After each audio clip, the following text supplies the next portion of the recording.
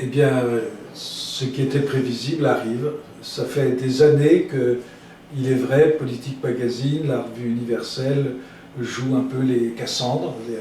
Cassandre a cette particularité, c'est qu'elle n'est pas écoutée et qu'elle annonce plutôt des malheurs que des bonheurs. Étant donné que le régime que nous avons, les institutions dont nous subissons les conséquences, et, il arrive ce qui était prévisible.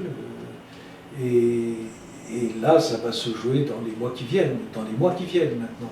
C'est-à-dire que tout ce qui a été accumulé comme problème non traité et qu'on a mis de côté ou qu'on a essayé de faire dériver par des barrages construits hâtivement, tous ces problèmes vont peser de toute leur pression sur les digues gouvernementales et il est probable qu'elles sauteront toutes les unes après les autres.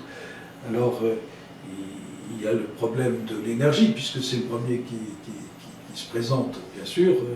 La question est de savoir si Moscou continuera à alimenter en gaz. Pour le moment, il le fait un peu, il ferme. Enfin, ça dépend des pays. La Pologne est évidemment la plus privée de gaz par Moscou, parce que la Pologne se dresse contre la politique du Kremlin avec beaucoup de virulence. Donc le Kremlin, évidemment, il mène sa politique à lui, il demande à être payé en roubles, et donc il va y avoir une question d'énergie qui va se poser très très très vite. On commence à nous mettre en garde pour cet hiver, il va y avoir un problème de gaz, il va y avoir probablement aussi un problème de pétrole, et que ce soit Joe Biden ou que ce soit Macron, ils essayent de faire des mamours aux Arabes et aux pays producteurs, mais évidemment, les pays producteurs tiennent la dragée haute, ça paraît évident. Mais il y a plus grave, c'est que la pénurie commence. Et la pénurie, pas simplement parce que la Chine elle-même a ralenti et que se trouve confrontée à la pandémie, mais c'est plus grave. On voit très très bien qu'il y a un problème économique mondial, de stabilité économique, et que ce soit du côté de l'offre ou du côté de la demande, on va vers des dysfonctionnements d'une gravité extrême. D'autant que se profile par derrière la crise financière. Pendant 10 ans, 12 ans, là, depuis 2008, la première crise financière que Sarkozy a tenté de résoudre à sa manière, mais en reculant les échéances, et bien maintenant les échéances arrivent. C'est-à-dire la politique des banques centrales va cesser d'être une politique incommodante, et donc les taux vont remonter, et la dette française, il ne faut pas l'oublier, de 3 000 milliards, la dette italienne est insoutenable. Mario Draghi semble avoir compris et il se profite d'une petite crise ministérielle pour s'esbigner en quelque sorte, car il sait très bien ce qui va se passer. Il suffit que les taux remontent et à ce moment-là, les obligations d'État vont elles-mêmes devenir extrêmement problématiques. On ne sait pas très bien comment l'État va arriver à renouveler sa dette. Pour le moment, la France la roule encore, mais dans 6 mois, il se peut qu'elle ne puisse plus la rouler, comme on dit. Et quand ça atteindra les 50 milliards ou les 100 milliards de prix de la dette, et que ça sera le budget le plus important de tout le budget de l'État français, il faudra se poser des questions. Donc la crise financière, elle est là, et ça sera aussi une crise bancaire. Et elle va avoir des conséquences extrêmement graves sur le pouvoir d'achat. Et ce n'est pas les 100 euros que distribue M. Macron aujourd'hui qui changeront la donne. L'inflation, elle est là. L'augmentation du prix de l'énergie en particulier.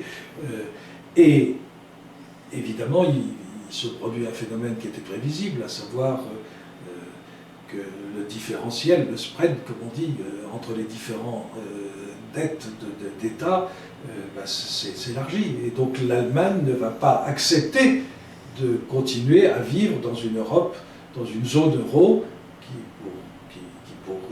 qui pour les Allemands sera contraignante, et déjà qu'ils vont avoir des difficultés considérables sur leur économie, que déjà elle est atteinte et très gravement, ils ne vont pas s'amuser en plus à soutenir les Italiens, les Espagnols et les Français. Bon.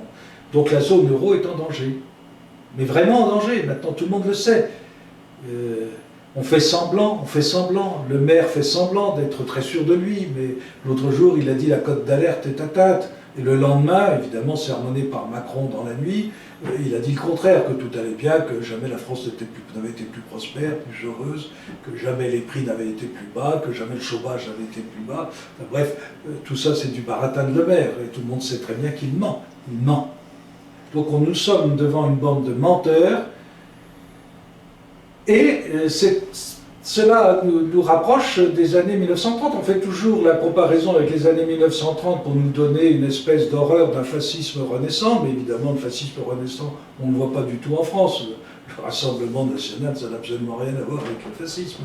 Tout ça est grotesque. En réalité, la correspondance, elle est très simple à voir. C'est que les hommes politiques ne maîtrisent plus rien. Les hommes politiques de l'entre-deux-guerres, tous les gouvernements successifs, en particulier les Briand, les Blum, les Daladier, les Reynaud, sont responsables de la défaite de 1940. Ils ont posé tous les actes qui ont amené à cette défaite. Et ils ont cédé devant l'Allemagne continuellement.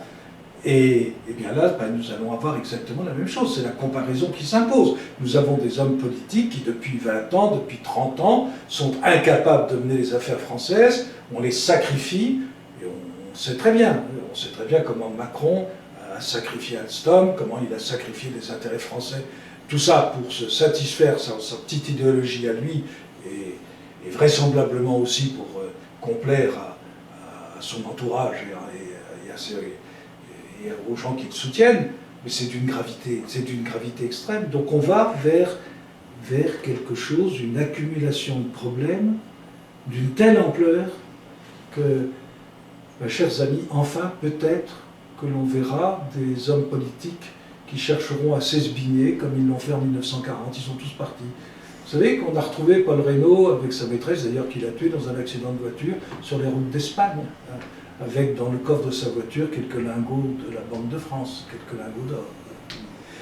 C'est ce qu'on appelle la République, dans tout son éclat et dans toute sa splendeur. Et nous allons avoir la République de la même façon, dans peu de temps, et on va la voir apparaître telle qu'elle est, c'est-à-dire ayant sacrifié les intérêts des Français, et étant incapable, dans des circonstances tragiques, mais tragiques, d'assurer la sécurité. Parce que tout le monde comprend bien que les problèmes de sécurité vont se reposer. Vous imaginez ces banlieues qu'on ne contrôle plus, ces bandes de banlieues qu'on ne contrôle plus.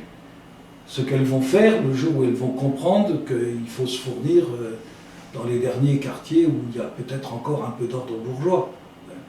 Ben, c'est ce qui nous pend au nez, c'est ce qui va arriver. Et il y en a qui le savent, mais qui n'oseront jamais le dire. Alors, c'est triste à dire, on va vers une crise majeure, mais on pourrait au moins essayer d'en tirer une leçon qui permettrait de comprendre les vices des institutions que nous avons subies et dont on se glorifiait inutilement. Nous avons tout perdu. Notre civilisation, notre prestige, notre éducation, notre instruction, tout. Nous avons perdu notre diplomatie. M. Macron a décidé que les diplomates français n'existaient plus. Il les a rayés, comme il a rayé le corps préfectoral. C'est monstrueux. Il n'y a plus de diplomatie française. D'ailleurs, on est parti de l'Afrique. Concrètement, on est parti de l'Afrique. Macron a agi de telle façon que l'Afrique n'existe plus pour la France. Et la France n'existe plus pour l'Afrique. Et c'est d'une gravité extrême, puisqu'on ne va résoudre aucun problème dans ces circonstances-là. On est en train de perdre sur tous les terrains. Eh bien, il faut en voir la cause. Et la cause, elle est directement proportionnée. Ce sont les gouvernements que nous avons qui reposent sur des principes qui sont absurdes. Il faut trouver d'autres principes de légitimité.